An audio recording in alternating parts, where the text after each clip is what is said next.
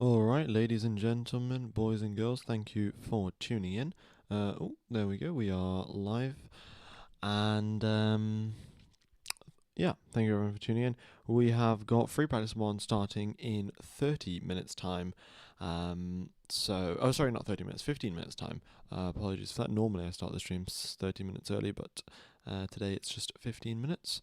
And we should be getting the data. There we go. We've got the data. I don't know why everyone's colors have just disappeared and why the colors are wrong, but I'm sure that will resolve itself shortly. In fact, I'm just going to give it a quick refresh, and right, there we go. We've got the 2023 data up for now. All right, hello, OG London girl. Nice to see that you that you joined the Discord for the Patreon members. I'll be a little bit more active over the race weekend, and yeah, thanks for joining the Patreon. Well, the YouTube memberships, yeah. All right, so we've got quite a bit of news.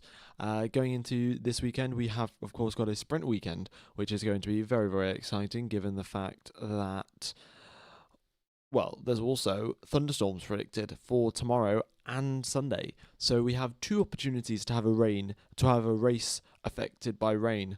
And, well, I think that's spectacular, isn't it? So forecast for rain tomorrow and forecast for rain the day after. There is no rain forecast for today. There's also some other news. Oliver Behrman will be stepping in for Kevin Magnussen for just today. So I don't know how the qualifying would work. If Oliver Behrman qualifies in, 7th position for sprint quali or something like that, does Kevin Magnussen then start from 7th position? I don't think so. I think K-Mag will have to start from the pit lane or in 20th position. But yes, Oliver Behrman stepping in because Kevin Magnussen is ill. Fernando Alonso had to skip media day on Thursday because he had some intestinal infection. I'm not 100% sure, but he had that during the race at Mexico, and then he's gone back to get.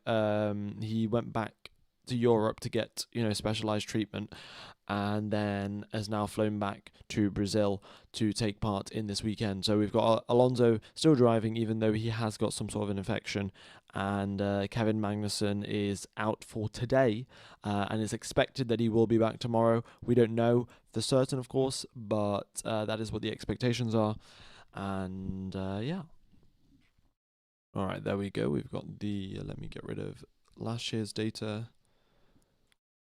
Right.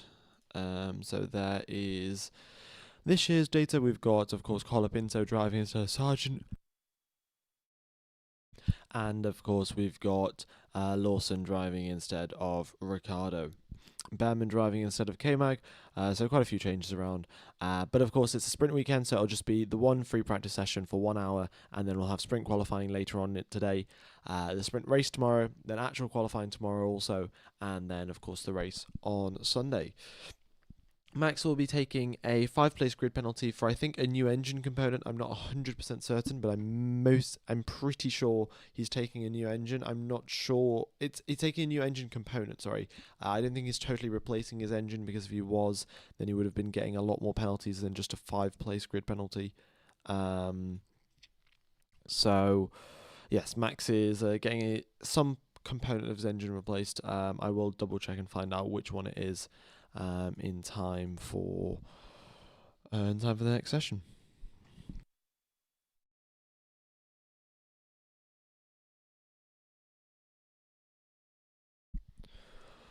All right. Thank you everyone for tuning in. By the way, we've got 400 people already tuned in. If you could hit the like button, that would be fantastic. It hugely helps out the channel. And yeah, there we go. On 94 likes. That is fantastic. Again, the ICE replaced. Yeah, that makes sense. Internal combustion engine, probably the most important part of the car. He is getting that replaced, and that's why he is going to be taking a 5-place grid penalty only on the Sunday. So the way that the rules work in a sprint weekend is that if you are taking a new engine component, you are allowed to use it in the sprint qualifying and in the sprint race. However, you'll only take your penalty in the main race, because that is where most of the points are awarded, and that's why that's why the penalty is given out in the main race. All right, a couple of other things. We've got McLaren with another upgrade. So I think last week McLaren was the only one of the top four that brought upgrades. Again, this week McLaren are the only team out of the top four to bring upgrades. Somehow their teams are just constantly churning out upgrades. Of course, these are smaller updates to only specific regions of the car. It's not a total overhaul of everything. So last weekend we had a new floor. This weekend we've got a new rear wing. And they should, work well together and ideally give McLaren the pace they need to outscore Ferrari and potentially to help Lando Norris win that World Drivers' Championship. Yeah. You know what's better than replacing the internal combustion engine is replacing Checo. Yeah, I mean, Checo has really not been performing very well. And I don't know. I mean, you could get Valtteri Bottas, stick him in the car. Valtteri Bottas is a very quick guy, very reliable. In fact, Bottas has a record. He was consecutively in Q3 for 103 Grand Prix in a row. 103 Grand Prix, not a single time he missed out on Q3. That is, a sensational stat from Valtteri Bottas, I've got to say. And, it just goes to show how consistent he is. So, yeah, Bottas could definitely have a good shot at Red Bull. But, however, I don't know if he wants to be, a second driver at Red Bull. He's already had the experience of Mercedes being a second driver, just being told to give up positions and things like that. Yeah, he seems to be enjoying his life at Sauber. Of course, next year he may not have a seat. Maybe it'll go to Bortoleto, maybe it'll go to Colapinto, maybe it will go to Bottas. I don't know. Also, there is talks that Franco Colapinto is going to be signed by Red Bull, not Racing Bulls, Red Bull, for amount of 20 million. I think that would just be 20 million as sort of a signing contract. They'd give, like Red Bull would give Williams 20 million. They're not. I don't think they'll be giving Colapinto 20 million just to join Red Bull. Yeah, so that could happen. Of course, they have done the inquiry. Now, whether that inquiry goes through into a fully fledged contract, we have no way of knowing until it actually happens. Right. Let's see. I don't care about any of the battles. I just need Show to get at least 1 point. Yeah. Sauber are, not doing well. They have not scored any points this season. Neither has Bottas, neither has Zhou. And they are, if you look at it, Bottas is technically, I think, 22nd in a 20-driver championship because Behrman has stepped in and so has Colapinto. So we've had 2 driver replacements.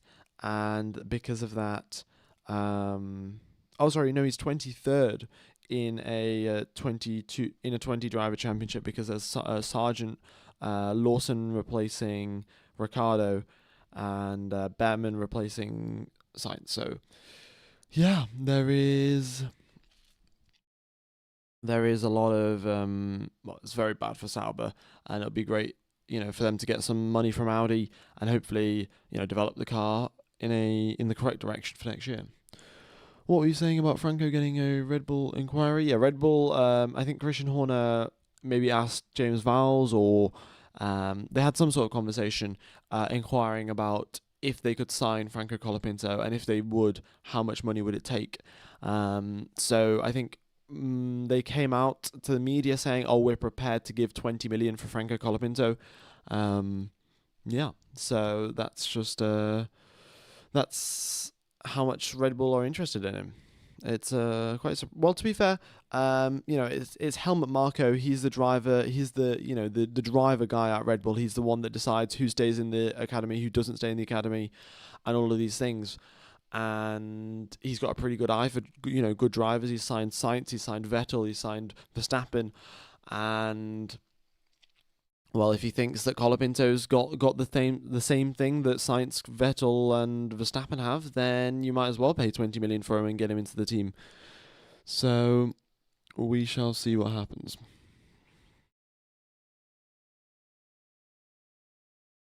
Right. He would bring in the South American money, to be fair. Yeah, there is suddenly, very recently, since Colapinto has started watching Formula One, there's been a lot of growth in the Argentinian sector of Formula One. Like the viewership has gone up tremendously ever since Colapinto's joined in, and they're all supporting Colapinto. He is, of course, an Argentinian, so I'm sure there'll be Argentinian brands that are willing to sponsor Colapinto and add some extra money into that Red Bull team. Right. Too early to judge Colapinto. We don't know about how good Albon really is in the Williams. Yeah, that will also be true. Once we see Sainz join Albon, then we'll get a true comparison for how quick Albon really is, and against one of the quickest drivers on the grid. Hi, congrats on 100,000 subs. When Lawson took over Ricardo's seat, did he also take over Ricardo's engine allocation? Keep up the good work. Yes. I'm fairly sure how it works is when you take over a driver, when you take over a certain seat, you take over the engine allocation as well. So, yes. I think Lawson, the first race he joined, actually, he took a massive grid penalty because they just wanted to give fresh engine components and everything and just take him right to the back of the grid. So he was out of the media's eyes and focus. So he ended up taking a penalty. So he's definitely taken Daniel's, he's carried over Daniel's usage of the engine components, engine allocation. Yeah. All right. So I think that answers that question. I think there's another driver in the mix now. Balata in F3, spelling is wrong. Okay, no, I haven't heard about that one. But, I mean, there are so many rumours flying around. However, I don't know which ones to believe and which ones to not, really. Yeah.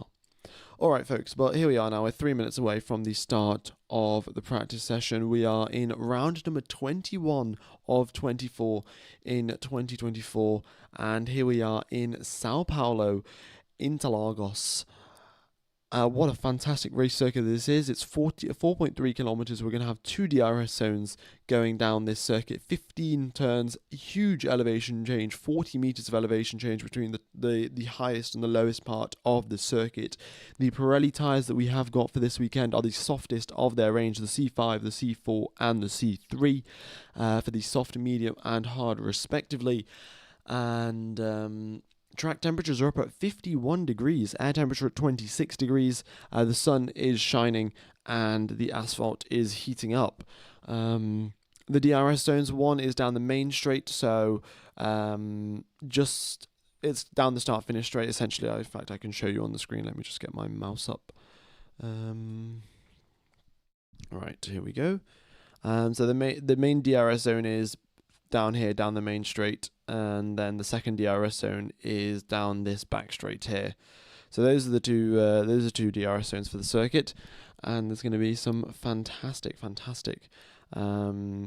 overtaking action that we see all throughout the first sector. I mean, it's fantastic. Turn number 1, 2, and 3 are a great sequence of corners that allow you to actually race side by side, potentially do some switchbacks here and there, and then racing down towards turn number 4, there's another cat and mouse game for DRS. So very, very exciting. The entire track and pit lane has been resurfaced in 2024, so we have an entire new set of asphalt, and that's going to come with its own characteristics. The drivers are going to have to get used to that. There's going to be a lot more rubbering in compared to normal, and there's going to be a lot more sort of track evolution because of that as well. Right.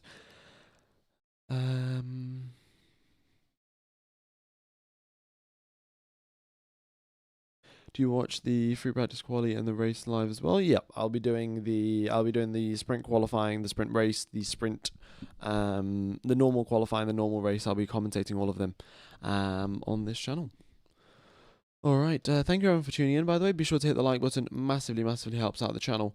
And if you aren't subscribed, then be sure to do that as well.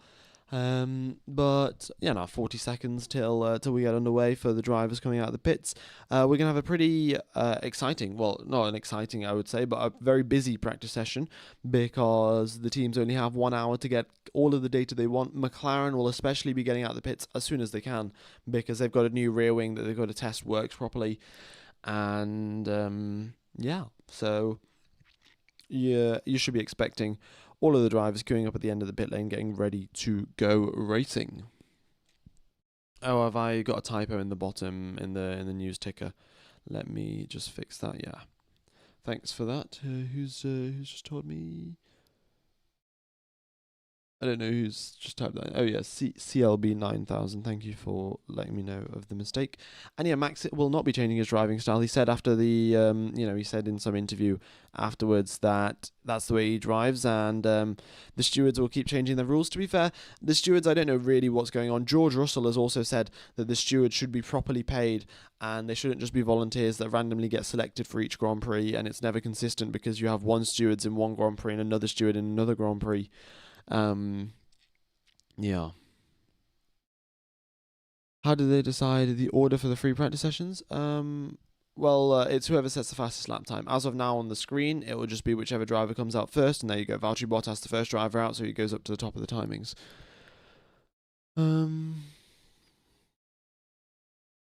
problem isn't the rules, because it states that you always have to give enough room. It's enforcing the rules, which they're failing to do. Yeah, there's quite a few grey areas, and there's a lot of things that sort of have to be figured out properly, and or even if they aren't particularly stated in the rules, as long as they are being consistent in them, and it's quite obvious, what the rules are by the way that they hand out penalties, that would still be fine. But it's so inconsistent, and some weekends they give out penalties, and some weekends they don't, and yeah. Honestly, it just totally baffles me. I think they should keep previous drivers as stewards. Yeah, I mean, I don't know. There'd be a lot of drivers that would be interested, but of course you've got to make sure that they don't have too many rivalries or any any peoples that they have grudges against. So yeah, I mean, Nico Rosberg would be a fantastic steward. However, I'm sure he'll be a little biased to the Mercedes team. He would, of course, try to be unbiased, and I think his commentary, in fact, is very unbiased. But you've got to be careful of those sort of things. There was quite a few people getting worked up about the fact, and I think rightfully so, that I think it was Johnny Herbert Johnny Herbert was the steward for one of the was for the Mexican Grand Prix. He's the steward for this Grand Prix, and there's another. I think the niece, no, the nephew of McLaren. I don't know. There's this the steward for this weekend is Johnny Herbert, and there's another steward who is related to McLaren in some way. Like his uncle, like partly co-founded McLaren or something like that. So there are people, pointing out that there's a conflict of interest. In the same way that football referees should not be. I think in the World Cup, the referees have to be like of separate origins from the two countries that are playing. So if there's a match between Spain and France, then you can't have a Spanish referee, you can't have a French referee, you have to have a referee from a different country. In the same way, you have to they'll have to make sure that there are all of the stewards are actually fair. They're not biased towards particular drivers or anything like that. So who knows?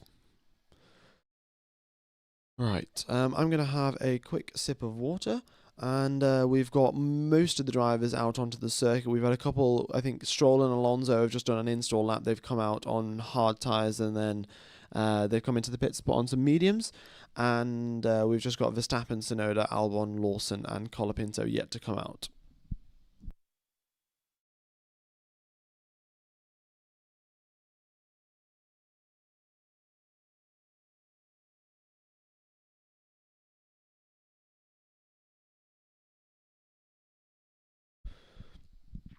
All right.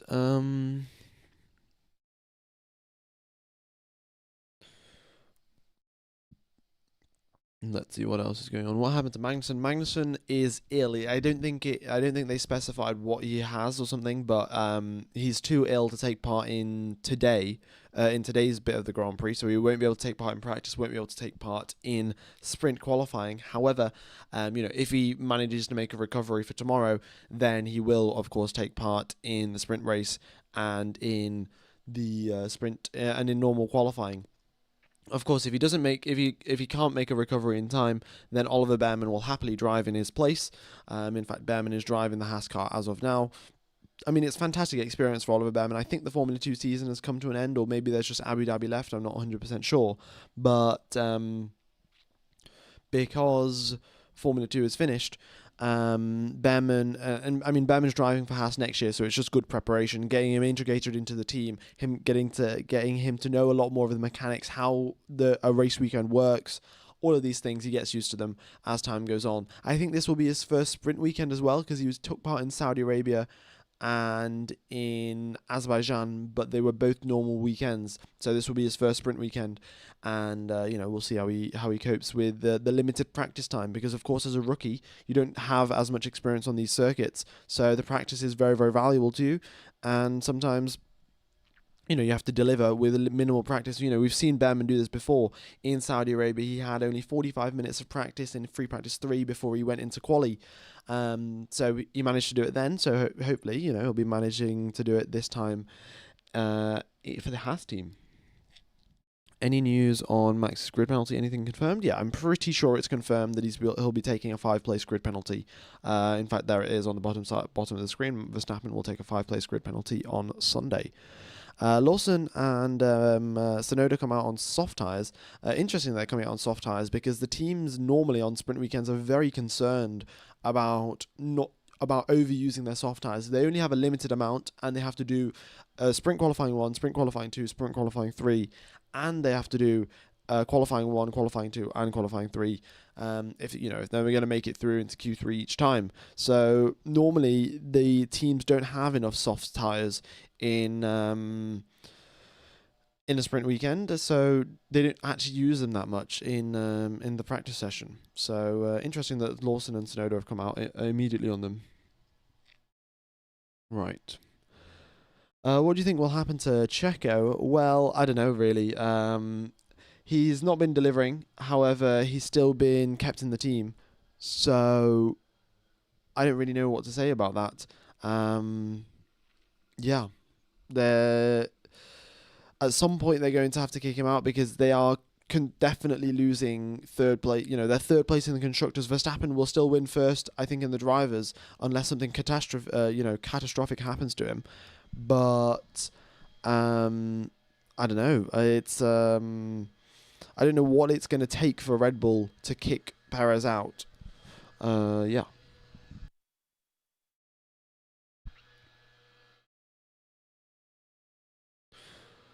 Right.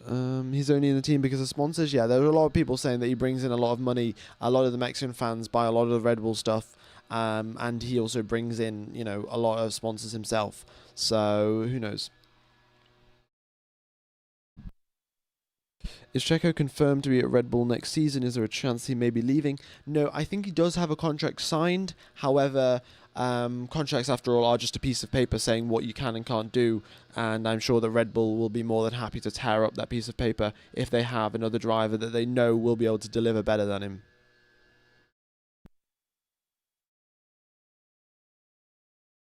All right, we've got a couple of drivers setting their lap times here. Norris, a 120.6 for him, and he goes 0.6 quicker than his teammate Oscar Piastri.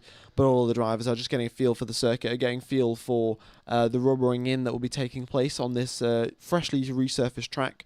So that should be, that'll be interesting to see how the drivers deal with that. Look at that, Perez, purple first sector, he goes quicker than Russell. Very, very nice indeed.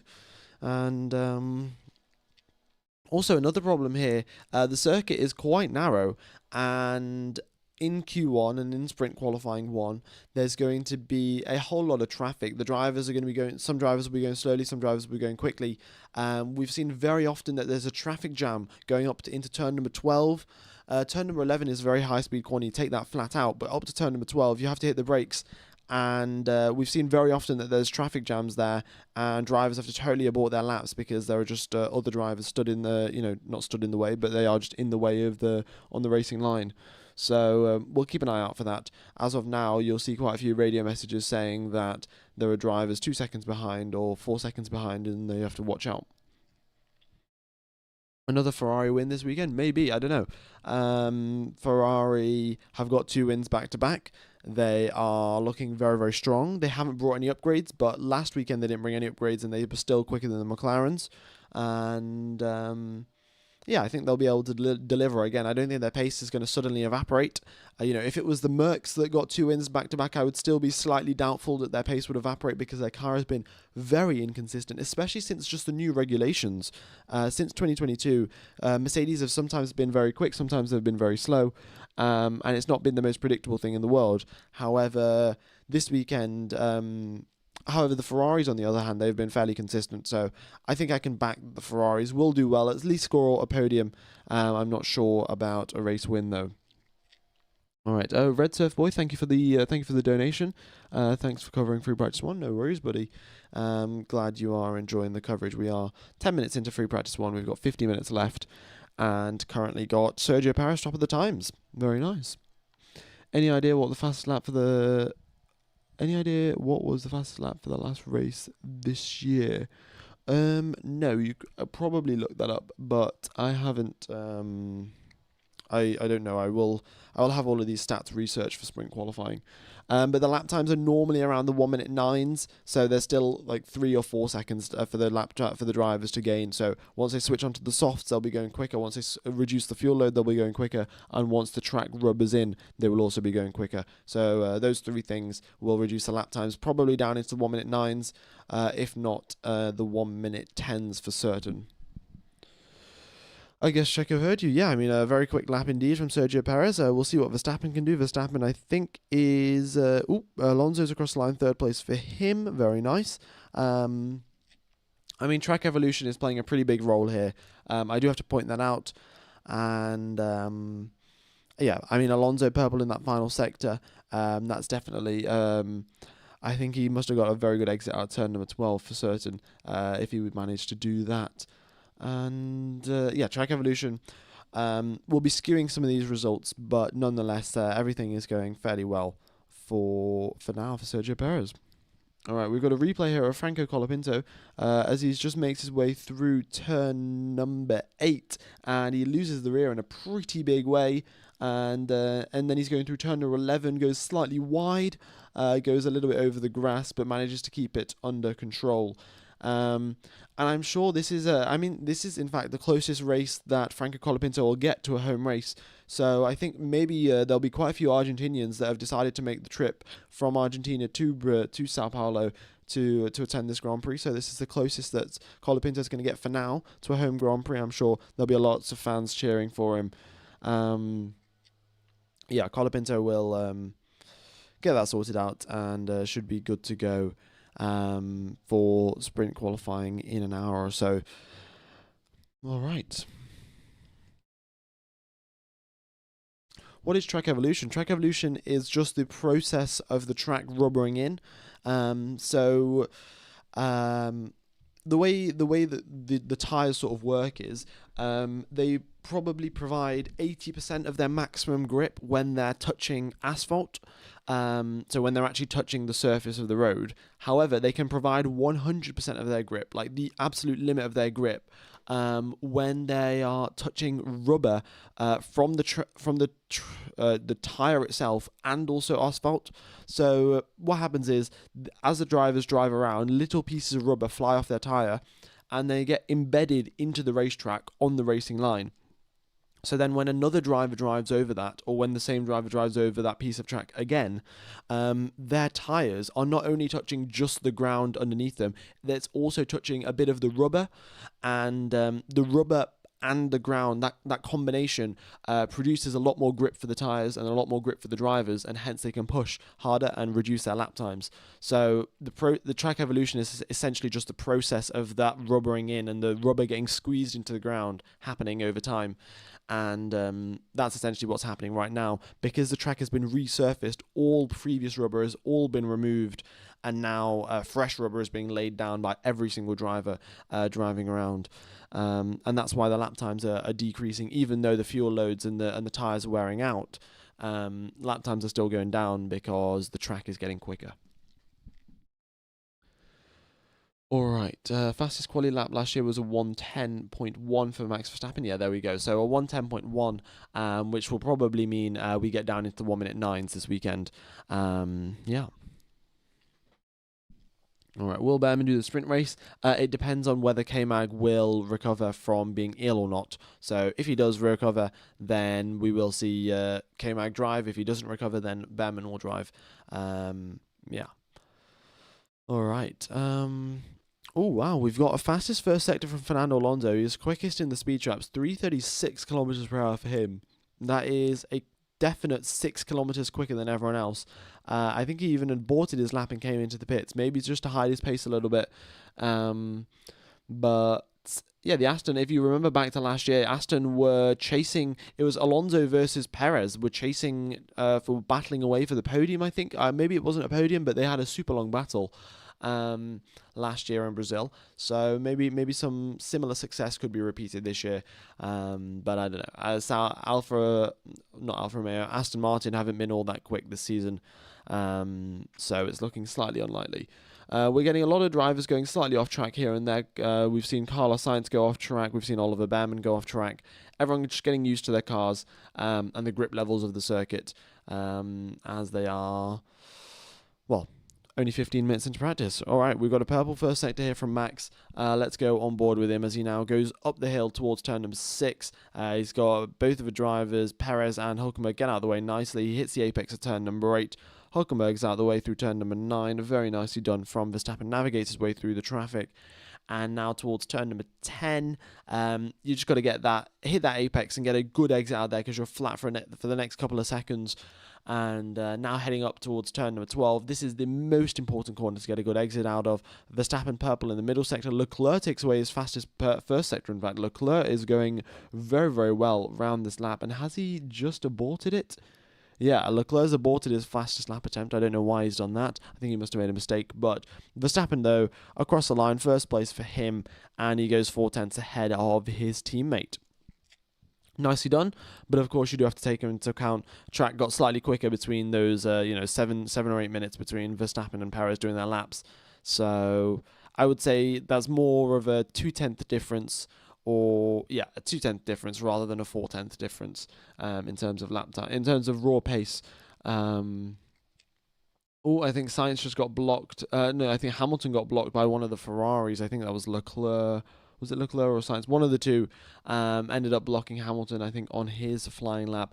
And given that it's practice, it's not going to be too big of a deal. But when the sprint qualifying and the qualifying rolls around, then we'll have grid penalties being handed out. So the drivers and the engineers are going to have to get used to this and sort of build up a good bond. Being like, make sure that they know where every single driver is and when the driver wants to be told. Sometimes if Sainz is going through a corner, he doesn't want to be told that, oh yeah, there's another driver that is 10 seconds behind me. Like it's not as a big concern. So the drivers and the engineers already have a pretty good bond. They spend quite a lot of time together, but they've just got to nail down the timing to make sure that no grid penalties are given to them.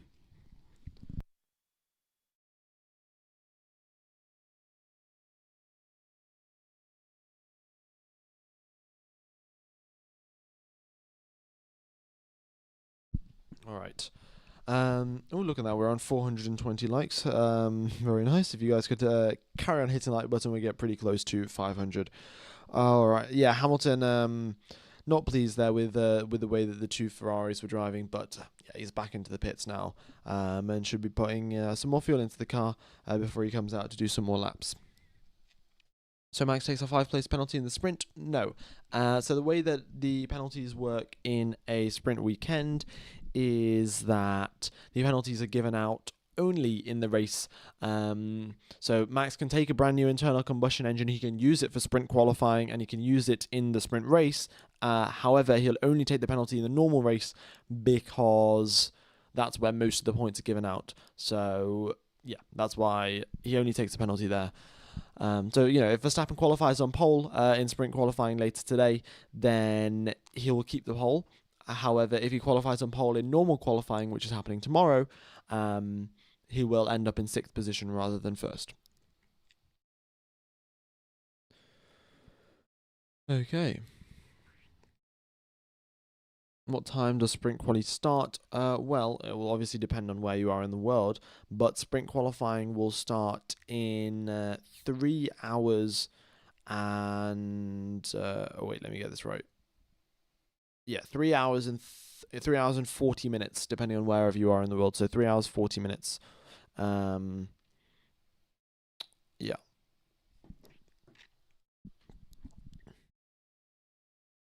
Okay.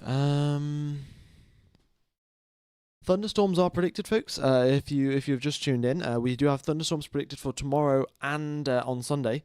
So that is very, very exciting, to say the least. We may have another one of those thunderstorm, those storm laps from Max Verstappen. The one that there have been so many F1 edits of, with the Skyfall music from Adele.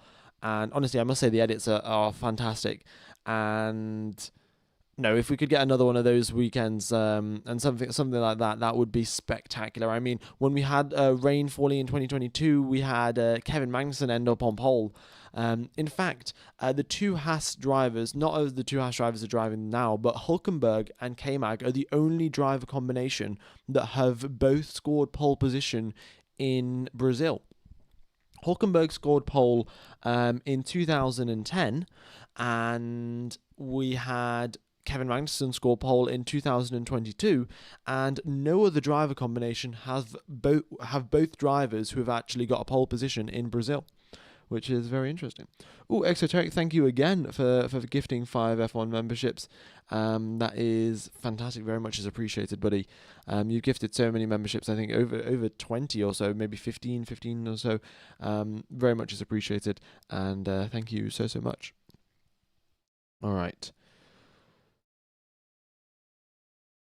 How many laps in the Brazil Grand Prix? I think it's just over 70. Either 72 or 71. Yeah. The sprint race will have 24 laps. So 24 times 3, that is 72. So 72 laps, that is what I think it's going to be. 72 or 71. 71, there we go. All right.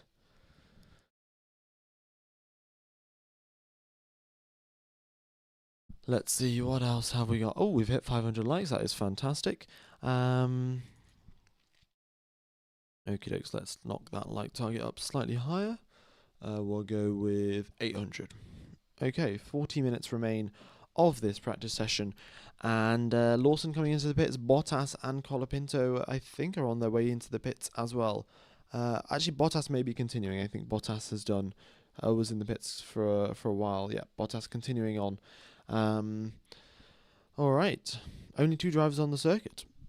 Yeah, a little bit of a lull in the action. What track temperature is ideal? Well, ideally, track temperature is probably ideal in the 30 degree range. But yeah, we're up in the 50, 53, 54 degree range because the sun is out and it is, shining and warming up that asphalt.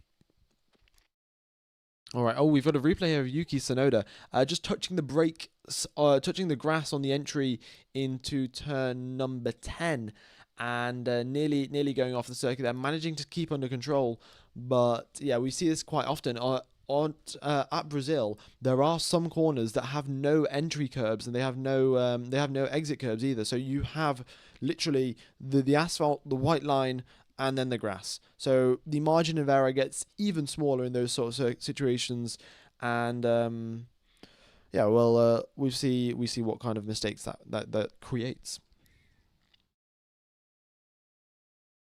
All right. Odds on Tsunoda crash this weekend? Well, he got pretty close to having a little crash there, but I don't know. I think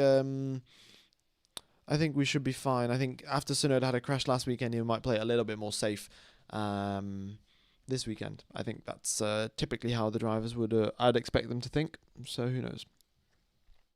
Sao Paulo's a cold environment due to the rains. Yeah, if it does rain, of course, track temperature will plummet so quickly. However, it's not raining as of now. It is predicted to rain tomorrow.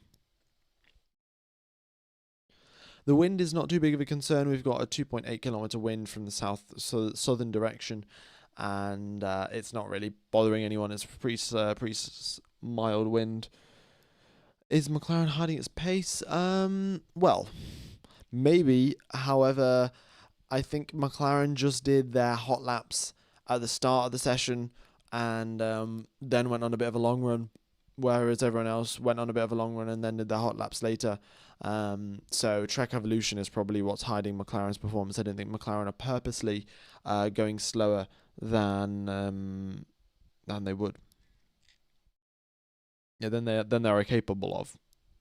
All right. We're just looking between the two Ferrari drivers. The two Ferrari drivers have been very, very closely matched all season long. I think they are one of the closest drivers to having a 50-50 split in terms of the numbers of points that they've scored for their team. And Leclerc has mainly been beating Sainz in qualifying. However, looking at the lap times, of course, last weekend Sainz was fantastic and ended up winning the race. And this weekend as well, he's looking to have the advantage over Leclerc in the slow speed corners. In all of the slow speed corners, he gains about a tenth of a second in overall on Charles Leclerc. And this circuit, of course, has got quite a few. Turn number 8, turn number 10.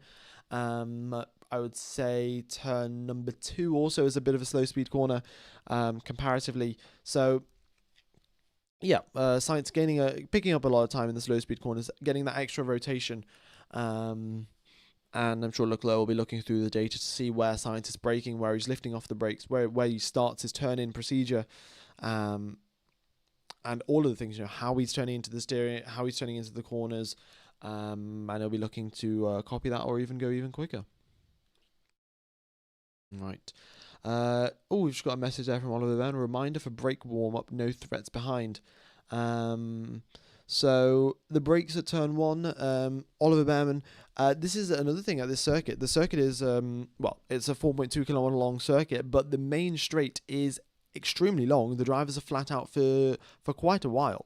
The biggest braking zone is turn number not the biggest braking zone. Sorry, the final braking zone is turn number 12, and then they're flat out for approximately 20 seconds or so from the exit turn number 12 before they hit the brakes for turn number 1. So the brakes cool down over time, and if your brakes are too cold going into turn number 1, you're not going to have enough braking performance. You'll just go straight on. So the drivers have to do a pretty rigorous brake warm-up procedure in the middle sector and in the first sector to make sure that they have enough brake temperature when they come across the line towards turn number 1. Do you bet on Max if it rains? I think so. I mean, given Max's performances in the rain in the past, given Max's performances at Brazil in the rain in the past, I would say that Max is an exceptional driver in the rain. And it would definitely, when the rain starts falling, it's a lot less about how quick your car is. It's a lot more about how quick you can drive it. And I think in that sort of scenario, Max Verstappen really shines. So yeah, if it does rain, then I think Verstappen would be my bet for pole position. But that being said, Lando Norris is no slouch in the rain either. He's grown up in the UK where it rains all of the time. I live in the UK. I can agree with that. I think anyone in the chat that also lives in the UK will agree with the fact that it always rains, and because of that, Lando Norris has very good experience in wet conditions. In fact, I've heard reports that other drivers, in fact, watch Lando Norris's onboards to see what racing lines that he's taking. So the engineers that are sitting on the pit wall, they have access to all of the onboards from all of the drivers, and they decide to click on Norris's onboards and look at which lines that he's taking, and then they get over the radio to their driver to say, take this line through turn number 4, and you'll go 1/10 quicker or something. So Lando Norris is not very slow in the rain either. He's pretty quick, pretty handy around the rain, and I think it'll be a fantastic battle between the two drivers.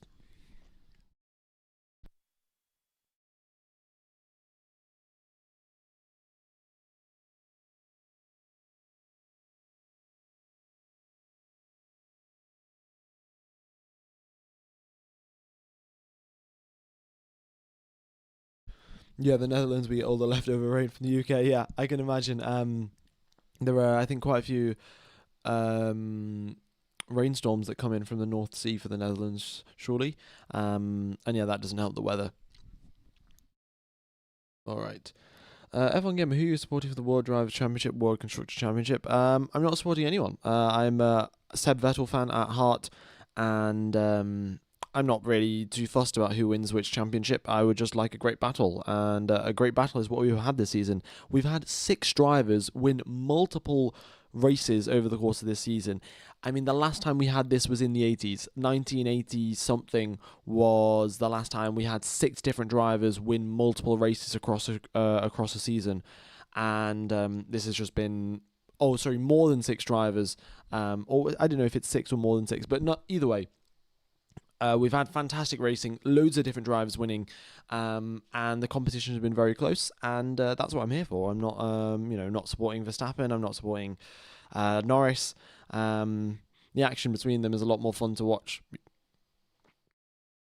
All right, Perez quickest in the middle sector, very nicely done from him. Alonso across the line, 4th place for him. He's looking pretty quick around this circuit. The Aston Martin, I wasn't expecting them to be up there. I think last weekend they got eliminated in Q2, maybe. I think maybe Q1, I'm not sure. I think Stroll might have got eliminated in Q1. But yeah, this weekend Alonso is looking very, very handy.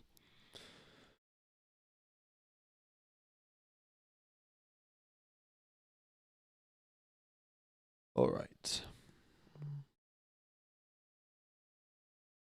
1981 according to the F1 Insta account. That makes sense. All right.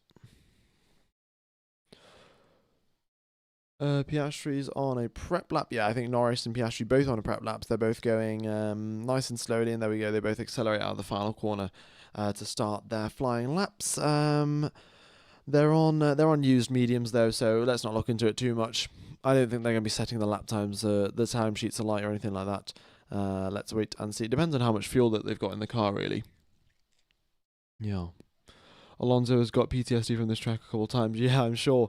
Of course, we've got the infamous stare from Fernando Alonso. I think it was in 2012, after he was about to win the championship, but it slipped right through his hands as Seb Vettel managed to claw his way back through the field. So, is Max using his new engine yet? I think he will. I don't know if he's using it. I'm not sure. However, if the Red Bull mechanics are being logical, I think they'd use the old engine for practice, and then just stick the new engine in between the time between in between the free practice session and sprint qualifying. But they could easily run it in sprint quali as well. So he's definitely going to be using the new engine in sprint quali and in the race. I don't know if he's using it right now though.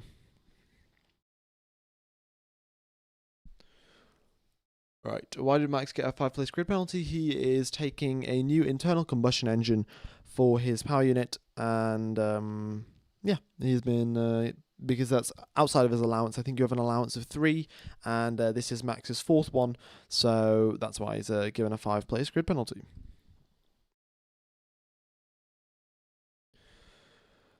Okay, yeah, I think the drivers aren't on any. I don't think the McLaren drivers are on quick laps. Norris has slowed down quite drastically, and I think Piastri is doing 1:13. So more like just long runs really. This is the other thing. The teams do want to decide: are they going to use the medium tires in the sprint race, or are they going to use the hards? Of course, the mediums may last all the way there's 24 laps of the race, so the mediums could definitely do that, last that long. However, would it be slightly quicker to start the race on the hards? Lose a bit of time at the start compared to everyone else, but gain it all back when everyone else is struggling on the mediums. So they'll be analysing the tire wear rate and how quick the lap times are dropping off on those on those medium tires, and then I think they might just guess what the hard tires are going to do, or they'll have data from previous years that they can sort of just work with and predict, or maybe they'll come out on hard tires. I'm not sure. It depends how many hard tires they have, to be honest.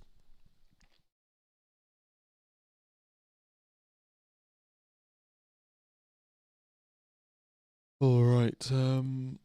What time is sprint qualifying? Sprint qualifying is in 3 hours and 25 minutes, depending on wherever you are in the world. So, yeah, I can't tell you the exact time because time zones are different, but 3 hours and 25 minutes is when sprint qualifying will be taking place.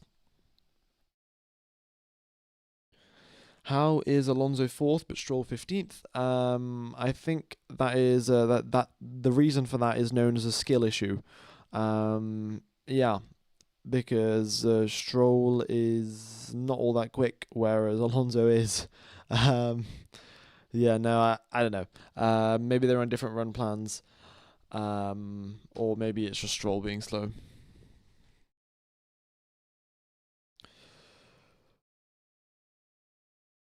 All right.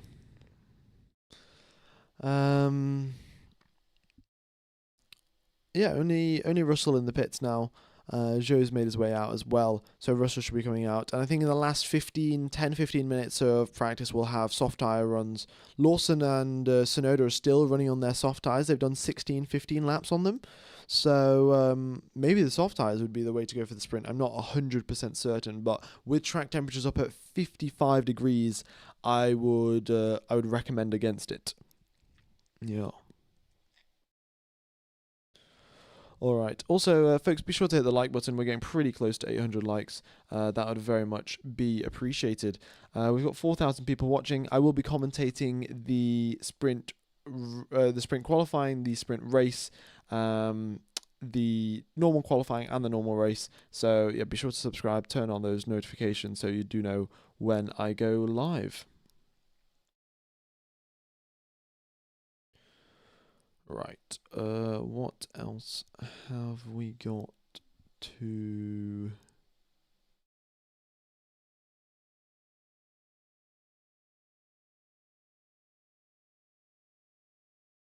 What else have we got to talk about? In fact, no yellow flags, no red flags, nothing like that. For the whole session, everyone keeping it clean. I mean, partly that is given to the... Oh, is that Lawson stopped on the side of the circuit? Just as I say that, I don't know why Lawson isn't moving. Have we got any team radios from Lawson? Oh no, there we go. Lawson's moving again. Oh no, he was doing a standing. Oh yeah, he was doing a launch off the pit lane. The exit of the pit lane is actually very, very long on this circuit, and so if I just show you on the screen, the pit lane obviously is here, but the pit lane exit, you take your way around here, here, and here. And it brings you all the way to the start of this straight.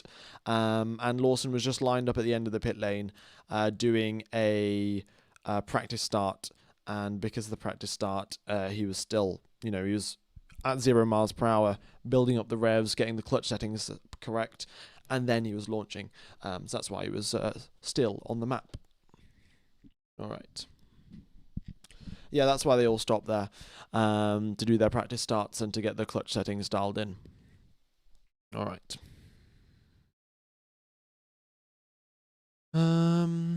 Yeah. What else have we got going on? Nothing much really. We've got another replay. Hamilton, I think, getting blocked again. This time by one of the McLarens. He's not going to be happy about that. And Hamilton was on one quick lap there.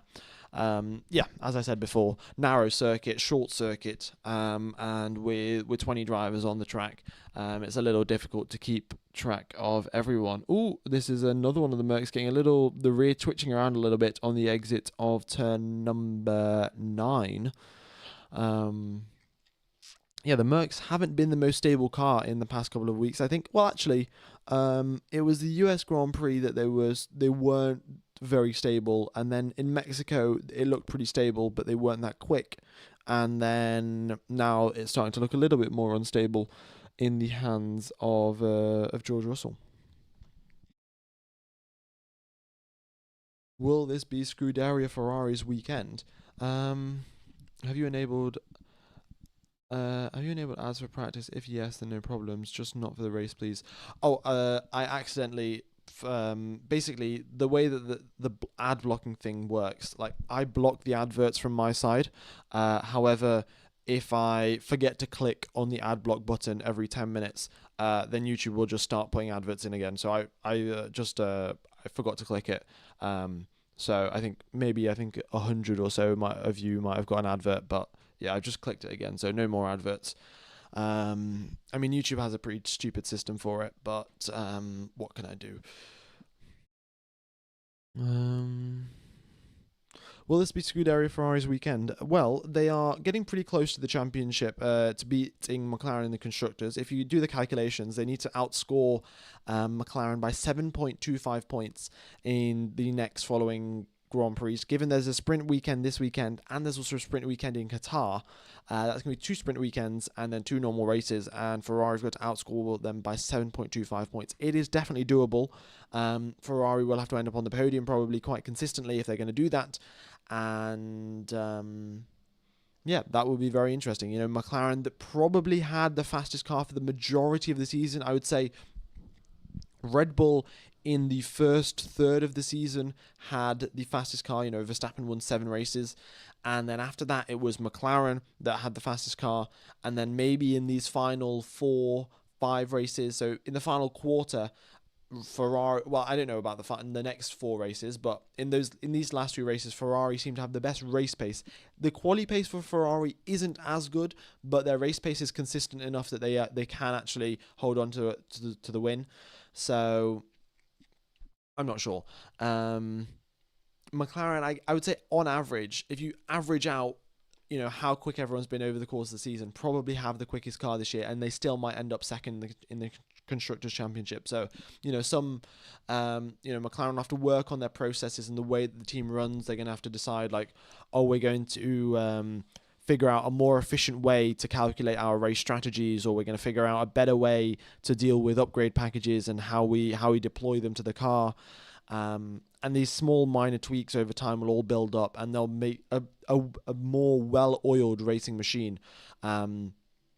Like the team itself would become a lot more well-oiled, and I mean, well-oiled is a bad way of describing it. Like they would be a lot more efficient in the way that they go about doing things, and that will, you know, in the long run help them actually extract all of the points that they can, because we've seen a couple of blunders here and there from McLaren, which they shouldn't have done, but they did. You know, like Oscar getting hung out for an extra lap in Silverstone. He lost 27 seconds of lap time over the course of 1 lap because they didn't pit him.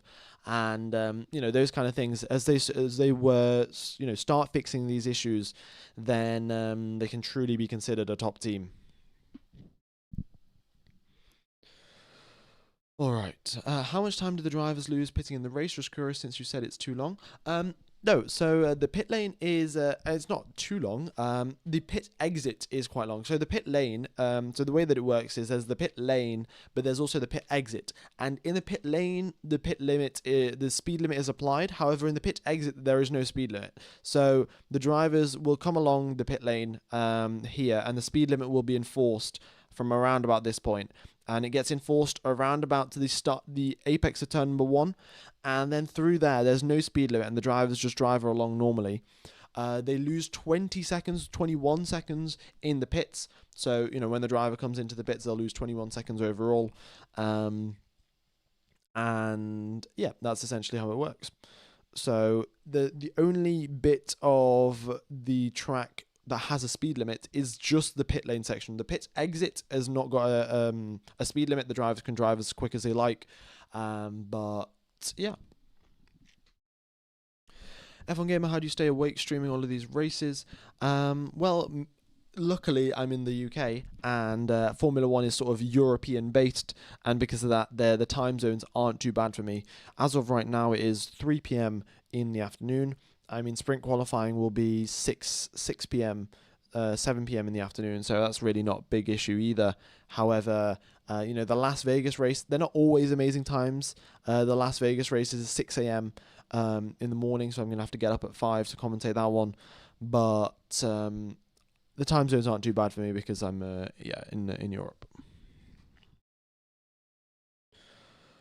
All right.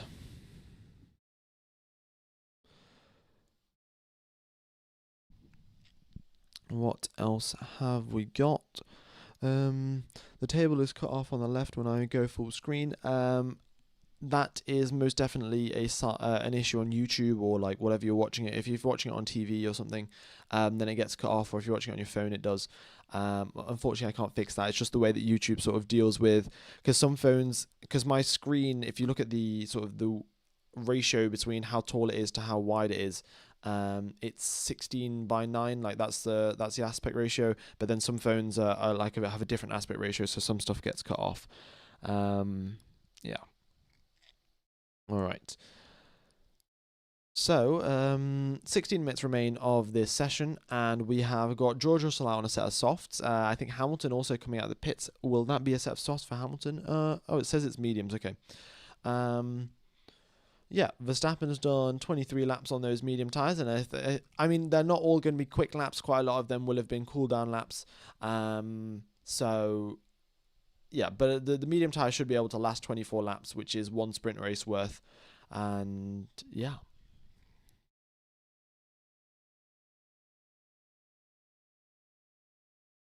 Okay. Greetings from Germany. You do a great job. Thanks, mate. No worries, no worries. Glad that you're watching. All right. 15 minutes remain of this session, and we've got quite a few drivers into the pits now. Yeah, 15 minutes remaining normally means take some of the fuel out of the car and put on some soft tyres and do some qualifying preparation. All right, very nice. Does Colapinto have a seat for next year, starting or reserve? No, he does not. Colapinto only has, he's only driving until the end of the season. He is potentially, there's been rumours that he might be signed by Red Bull. I think Christian Horner came out and said that they'd be willing to pay up to 20 million to sign Colapinto for Red Bull. I don't know if that means it'll be Red Bull, as in the Red Bull Driver Academy, and then he drives in AlphaTauri, or if he drives for Sergio Perez. And then or he could go to Audi. There's there's the three drivers that are in the running for Audi that have been in the news most of the time is Bottas, and then you have Colapinto, and then you have Bortoleto. So those three drivers will be the ones that are in the running for Audi. We'll see who gets it, really. Bottas is definitely the most skilled. However, I mean, this is the thing. I don't see why they don't want Bottas. Sure, you're going to have to pay him some money to keep him at the team. However, Bottas is so experienced, so quick. He knows how to lead the development of the car. He's got so much experience in Formula One. He knows, especially at Mercedes, when they were winning championships, he knows what the championship winning team does, how they work, what sort of, what processes do they have. So how the debriefs work, how they're the most efficient way to go about things, because I'm sure there are differences between the Sauber team and the Mercedes team, and Bottas would have said to the team principal or the lead, the technical leads and things like that, and said, oh, this is the way Mercedes does things, and they don't do it this way because it's less efficient, XYZ reason, right? And then some of those changes actually get implemented. So I think it's an invaluable resource to have Valtteri Bottas in your team. However, there is, of course, the argument that Nico Hülkenberg is also a very experienced driver who is who's got a lot of experience in Formula One, and who can develop a car, and he can improve the team processes and things like that. So if you've already got one experienced driver, maybe keep some space for a rookie. So I don't know. They are most likely going to go with Bortoleto or Colapinto. That's what the talks are. And given that Colapinto has been performing so well, there isn't the sort of the risk, the risk of having a Logan Sargent-esque driver where, they crash the car quite significantly and quite often, but they don't really deliver. So Colapinto can do what Audi want, but I think Bottas might be able to do it better. So let's see who gets signed. Right, everyone's still sat in the pits apart from the two Mercs. Russell's out on softs. Hamilton is out still on mediums. Interesting. Has Max changed the engine? Yes, he has. Actually, I don't know if he's changed it for now, but he will have it. He will definitely have the changed engine for the sprint quali. Right. We have got Colapinto coming out. Also, folks, any of you that have joined, Bearman is replacing K-Mag for Friday. That is the plan for now. And if K-Mag, recovers from whatever he's ill from, then he will be taking part on Saturday. However, if Kevin Magnussen does not recover from his illness, then Behrman will continue driving as he is the Haas reserve driver. He'll be driving next year, so you might as well get him into the team to have some more experience in the car. F1 Gamer, I just wanted to let you know that you've got a pretty big Sri Lankan audience in the chat right now. Me included, I live in the US, but Sri Lankan. Wow, okay. Well, I don't know exactly what to say, but yeah, thank you for all the Sri Lankans watching.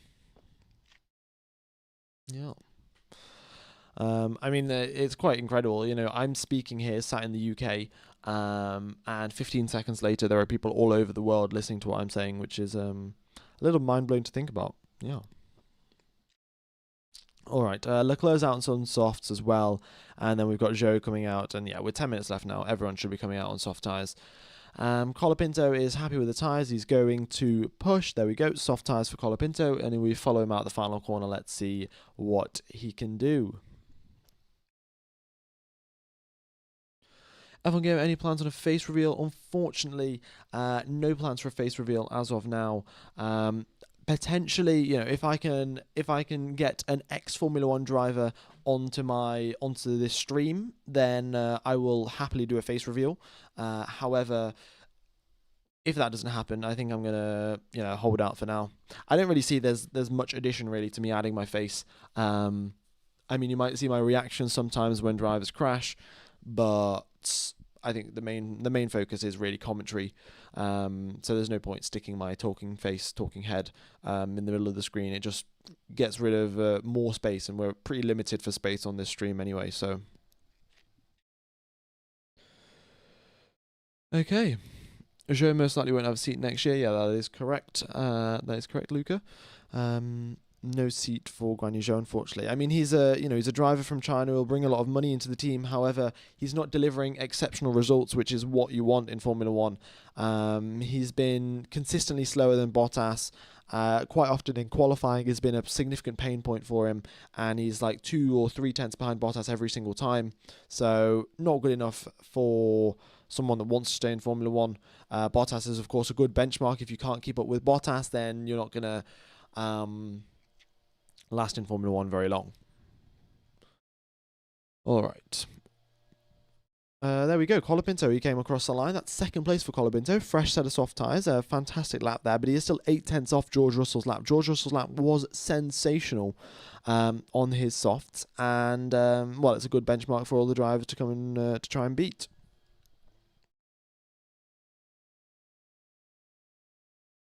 An ex-F1 driver on the stream. No, we need a current F1 driver talking to the radio while they race. Yeah, I think the drivers, to be fair, the drivers have quite a lot of leftover mental capacity. However, I don't think any team would sanction that. You know, have their drivers do an interview while they are racing. You know, imagine Hamilton over the radio. He's just said to his engineers, "Oh yeah, my tires are dead," and then I get over the radio to Hamilton, and be like, "Are those tires really dead, or is this a secret message to your team?" Yeah, I don't think that's gonna go down well.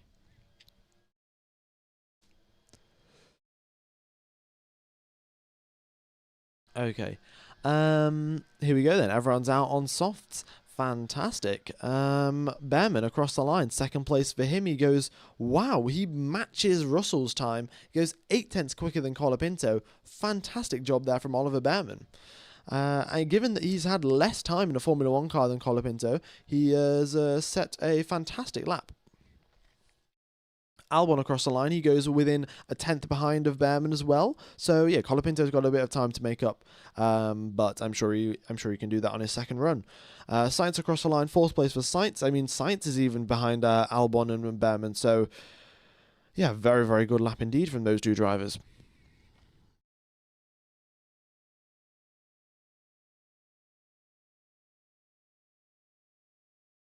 Right.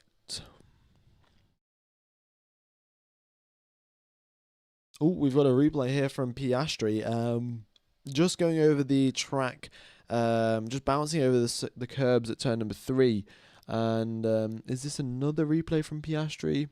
yeah, just bouncing over the curbs, pushing a little bit too hard, carrying too much speed through turn number 2, and then as you make your way towards turn number 3, you lose a significant chunk of time.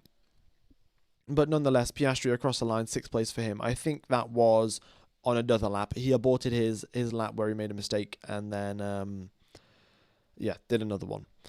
All right, Lando Norris is on a flying lap as of now. He goes a 10th quicker than Piastri in the first sector. Very nice. Does Max's grid penalty apply to the sprint or the main race or both? It only applies to the main race because the main race is where most of the points are given out. So because of that, the FIA have decided that if he gets a grid penalty on a sprint weekend, that's only for the main race. And yeah. All right. So first couple of hot laps are in. Verstappen is still in the pits. I think he's going to be doing his lap right at the end there to get something as accurate as he can for Q1 because track evolution, the track constantly changing, so you might as well go out right at the end and get the most up-to-date version of the track that you're going to have for your first Q1 lap. Norris across the line, 3rd place for him. Wow, even he is behind Behrman and Russell. I mean, the margins are so close. The top 3 are within half a tenth of a second of each other. Half a tenth of a second. I suspect qualifying is going to be this close. I mean, it will be with different drivers, but nonetheless, yeah, very, very close between the top 3, which is always great to see. Leclerc comes across the line and he goes a tenth and a half, even 2 tenths back from his teammate. Alonso splits the 2 Ferraris. And yeah, Leclerc's got quite a bit of work to do. He's still losing time to Sainz in the slow speed corners, and because of that, he is paying the price of being 2 tenths behind his teammate.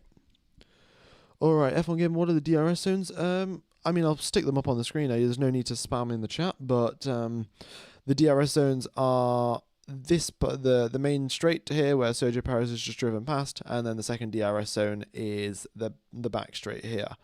Yeah.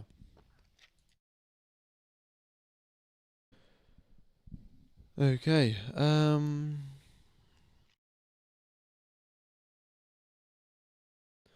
Let's see. Toyota plus Haas is equal to a rocket ship. Yeah, I mean Toyota did have a fantastic record in Le Mans. Their LMP1 cars were fantastic for so long, and they bring a lot of motorsport experience.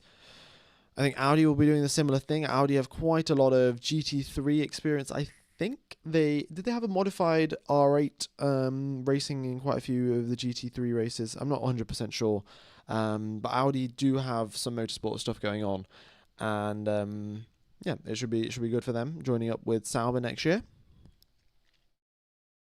I'd like to see that livery as well. I don't know what colours it's going to be. Are they going to retain the green?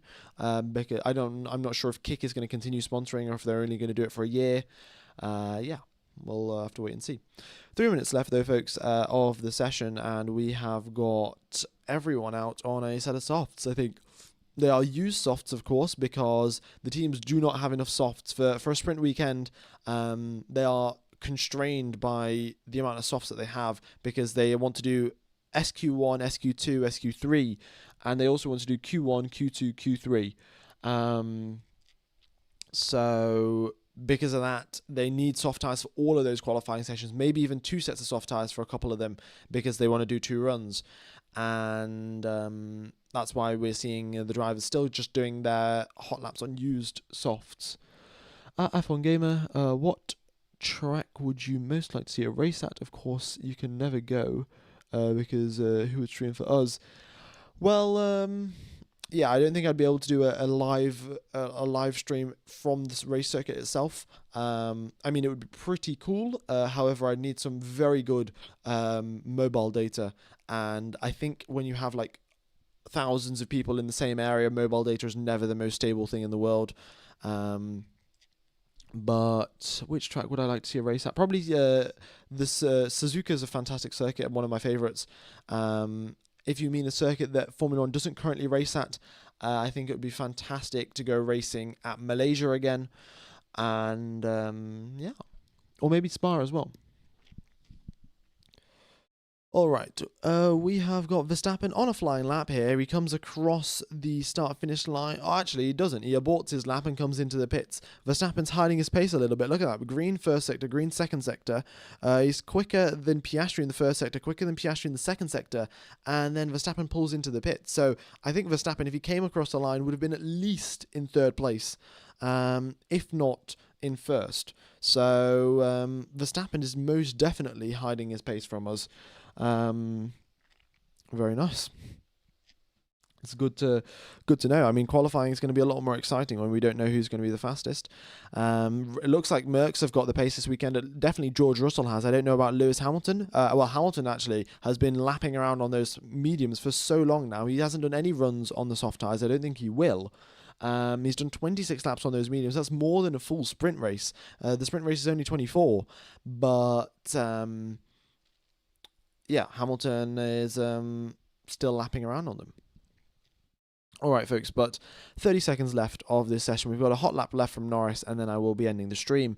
Thank you everyone for tuning in. Very much do appreciate the coverage. Well, very much appreciate you guys tuning in. And yeah, it's been a pleasure commentating to you guys. The sprint qualifying will be taking place in 3 hours' time. I will be starting streaming 2.5 hours time. And anyway, once I end the stream, it'll take you over to the sprint qualifying stream. If you just go ahead, press the like button, press the reminder button, it hugely helps out the channel. It essentially just tells the algorithm, oh, this is a good live stream. So go ahead and yeah, it just tells it it's a good live stream, and then it recommends it to a bunch of other people. So that's what you guys could do to help out. Norris, though, across the line, and he goes 2/10 quicker than Russell. A fantastic first sector from Norris. He really nailed the Senna S there. Knocked 2 seconds off, 2/10 off the first sector compared to everyone else, and puts himself up into first place. Fantastic job from Lando Norris. Okay, so yeah, I'll just end the stream. It'll take you over to the sprint qualifying. Hit the like button, hit the reminder button, and I'll see you in 2.5 hours for sprint qualifying. Yeah, fantastic.